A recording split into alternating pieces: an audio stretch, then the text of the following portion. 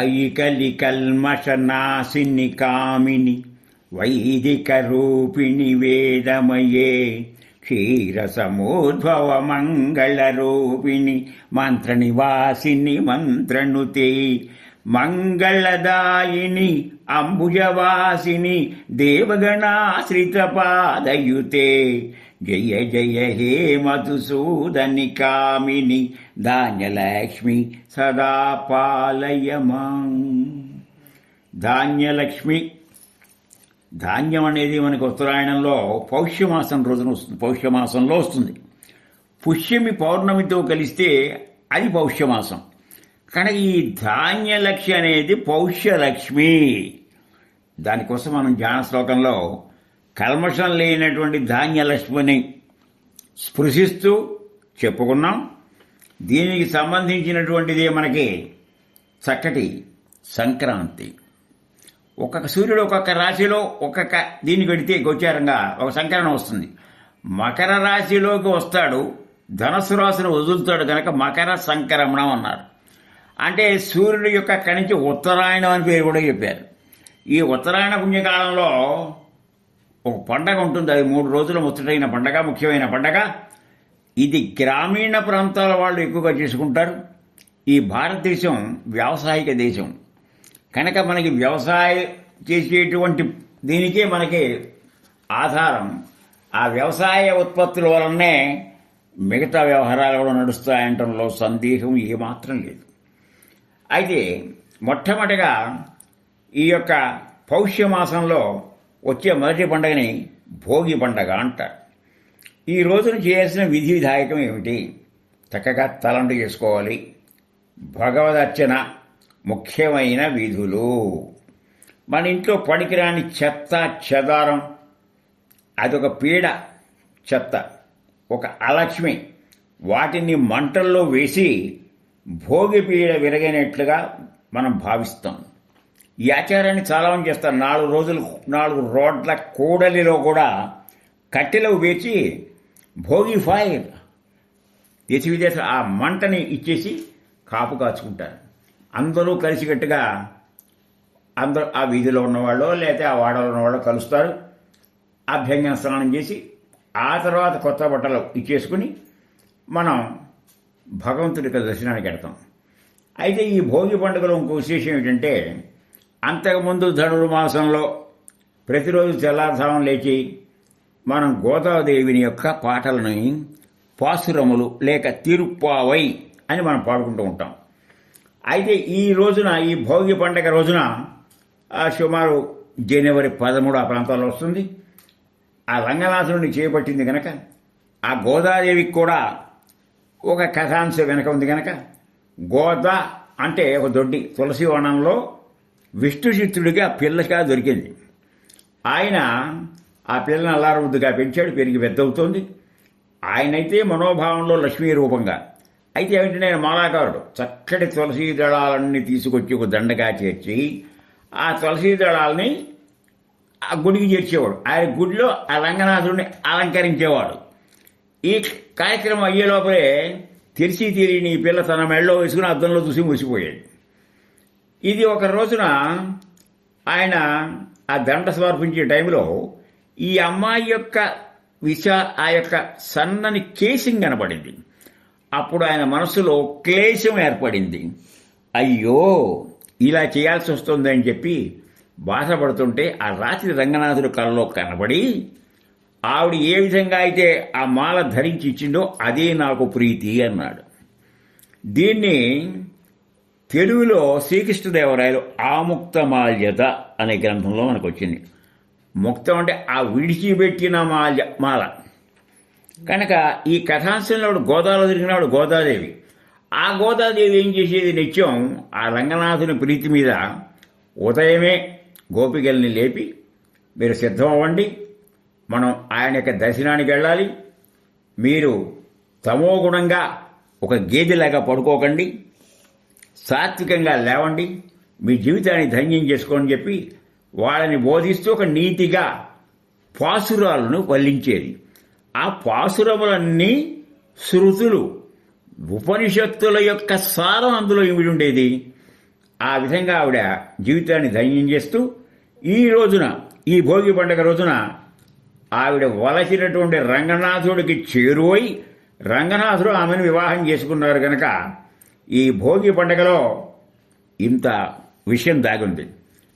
దీంతో పాటు మనం చక్కటి బొమ్మల కొలువు, ఈ బొమ్మల కొలువులో కూడా మీరు గమనించారో లేదో, ఒక పక్కన రెండు వైవిధ్యమైన జంతువుల మధ్య ఒక జంతువు, మనుషుడు అమరిక పెడితే అది ఏం బోధిస్తున్నాయి ఆ బొమ్మలంటే అందరూ సామరస్యంగా ఉండండి అనే సంకేతంగా, ఒక ఆచారంగా బొమ్మల కొలువు అనేది ఏర్పాటు చేస్తారు. ఆ మర్నాడు వచ్చేది మకర సంక్రాంతి. అంటే సూర్యుడు మకర రాశిలో ప్రవేశించి సుమారు మన యొక్క పంచాంగాల తేడాలో అటు ఇటైన జనవరి 14, 15 అక్కడి నుంచి ఉత్తరాయణం అత్యంత పుణ్యకాలం కనుక మరి ఏం చేయాలి ఆ టైంలో? దానం, ధర్మం, అనుష్ఠానం, దైవ దర్శనం ఇన్ని చెయ్యాలి. అన్నింటికీ మించి ఈ మకరం, కర్కాటకం, మరి మహాళాయపక్షాల్లో తల్లిదండ్రులు గతించినటువంటి వారు ఎంతగానో ఎదురు చూస్తూ ఉంటారు. దేనికి? వాళ్ళ పిల్లలు చేసేటువంటి పితృతిథికి కానీ తర్పణాలకు కానీ. కనుక పుణ్యమైన గడియాలు, అటువంటి దానికి మనం ఎంతగానో ప్రాశస్త్యం ఇవ్వాలి, దానం ఇవ్వాలి. దానం కనుక ఇస్తే ఉత్తమమైన ఫలితాలు. అలాగే సంక్రమణ కాలంలో ధాన్యం, ఫలాలు, మరి విసినికర్ర, వస్త్రం, సువర్ణ దానం చేసేటప్పుడు, లేకపోతే సువర్ణం ఇవాళ ధర పెరిగింది కనుక ఇన్ని మిల్లీగ్రాములు ఇవ్వదలిచానని భావన చేసి దాని విలువతో ఒక పండిత బ్రాహ్మణుడు అంటే లాభం లేదు, వాడు నిత్యానుష్ఠానం చేసిన వాడిని దానం తీసుకోవడానికి ఎంచుకోవాలి, ఎవరికి పడితే వాళ్ళకి ఇవ్వకూడదు. అందువల్ల అవన్నీ కనుక ఇవ్వటం, ముఖ్యంగా నువ్వులు బియ్యం కలిపి దాన్ని శివుడి దగ్గర నువ్వుల నూనె వెలిగించడం, తిలలు, తండూలాలు అంటే కొత్త బియ్యం, ఆ కొత్త బియ్యం తీసుకొచ్చి మనం తినాలి. మనం తినేదంటే అది ఉండాలి. అదే రకంగా ఇంకొక వ్రతం కూడా ఉంది, ఇప్పుడు వాడుకలో లేకపోవచ్చు. దాన్ని దధిమంధన వ్రతము అంటారు. అంటే జాబాలనే ఋషి సునాగుడనే మునివి చెప్పేట, శివుడు ప్రతిమకి నేతితో అభిషేకం చేసి నువ్వు పువ్వులు, మరి నువ్వు పువ్వులు దొరకడం కష్టమైతే మారేడాకులతోనైనా సరే పూజించాలి. ధూపదీప నైవేద్యాలు, రాత్రి జాగరణ చేస్తూ హరి ఓం ఓం నమ శివాయ అనే మంత్రం అక్షరలక్షలు జపించాలి. అలా చేస్తే ఏమిటండి? ఏది చేసినా ఏమిటి అనే ప్రశ్నకి సమాధానం ఎప్పుడూ ఉంది. అదే ఫలశ్రుతి. ఏమిటంటే అలా చేస్తే ఈ జన్మే కాక ఏ జన్మలో కూడా దరిద్రుడవడు, అన్ని ఆపదల నుంచి బయటపడతాడు. ఇది దధిమంధన దానం అంటారు. ఇది ఒకళ్ళు చెప్పారు. ఈ దానం చేయటం వల్ల కృపాచార్యుడి యొక్క సోదరు ఒకడు ఉంది, ఆవిడ ద్రోణాచార్యుడి భార్య, కృపి అంటారు ఆవిడని. ఆవిడ ఈ వ్రతం చేసి అశ్వత్థామని పుత్రుడుగా పొందింది. ఇక 3వ రోజుది కనుమ. ఈ కనుమ అనేది పశువుల పండగ. పశువులను కూడా చక్కగా అలంకరించి స్నానం చేయించి వాటి కుంకుమ పెట్టి కొత్త బట్టలా కానీ కొత్త గుడ్డలు అలంకారం చేస్తారు. ముఖ్యంగా పొంగలి వండుతారండి. ఈ పొంగలి యొక్క వండడంలో ఏమిటంటే ఇది చక్కటి ఆహార అలవాట్లు.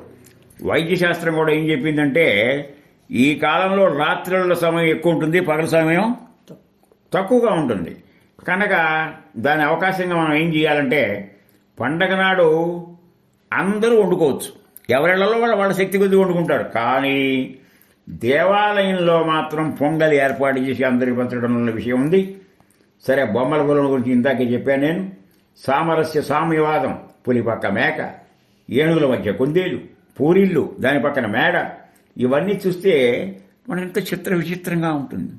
కొట్టుకోవద్దని కదలలేని బొమ్మలు మనకి ఒక సందేశం ఇస్తున్నారన్నది గ్రహించండి. కనుక ఈ యొక్క ధనుర్మాసం అంతా గోమయపు ముద్దలు అంటే గొబ్బెమ్మలు, వాటి మీద ఈ గుమ్మడి పువ్వు పెడతారు.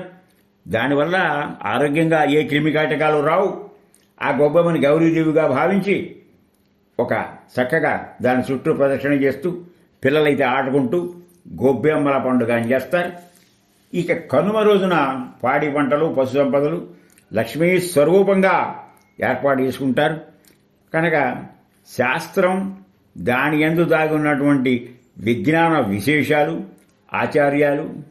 ఆచారాలని పాటించే నియమాలు ఇన్నింటినీ శ్రద్ధాసక్తులతో చేస్తే మనకి ఈ యొక్క ఉత్తరాయణంలో, ముఖ్యంగా జనేవరా ప్రాంతాల్లో ఇంటికి ధాన్యం, హరిగద్దాసులు, అర్థమైందా, అన్ని వృత్తుల వాళ్ళతో చేరటం, ఆ రోజుల్లో ధాన్యలక్ష్మిని అందరూ కష్టపడి మనతో పాటు పనిచేసిన వాళ్ళకి, ఆ పొలాల్లో పనిచేసిన వాళ్ళకి ధాన్యాన్ని పెట్టడం, మరి వాళ్ళని కూడా పండగ పిలిచి వాళ్ళకి బట్టలు, కొత్త బట్టలు ఇవ్వటం, అందరూ ఆనందంగా ఉంటూ సమాజంలో అందరి యొక్క శ్రేయస్సుని కోరుతూ సహకార జీవనం సాధిస్తూ ఎంతో 10 కాలాల మాటు ఒక గుర్తుగా నిలబడేటువంటి పండగ. ఈ పండగల విషయాలే మనం వారసత్వంగా మన పిల్లలు, వాళ్ళ పిల్లలకు సాగిస్తే దేశ విదేశాల్లో ఉన్నవాళ్ళు కూడా ఈ యొక్క భారతీయ సంస్కృతికి ఎంతగానో మురిసిపోతారు. తరగని సంపదే ఈ భారతీయ సంస్కృతి. హరి ఓం. సహనావతు సహనౌ భునక్తు సహ వీర్యం కరవావహై తేజస్వినావధీతమస్తు మా విద్విషావహై. ఓం శాంతి శాంతి శాంతి.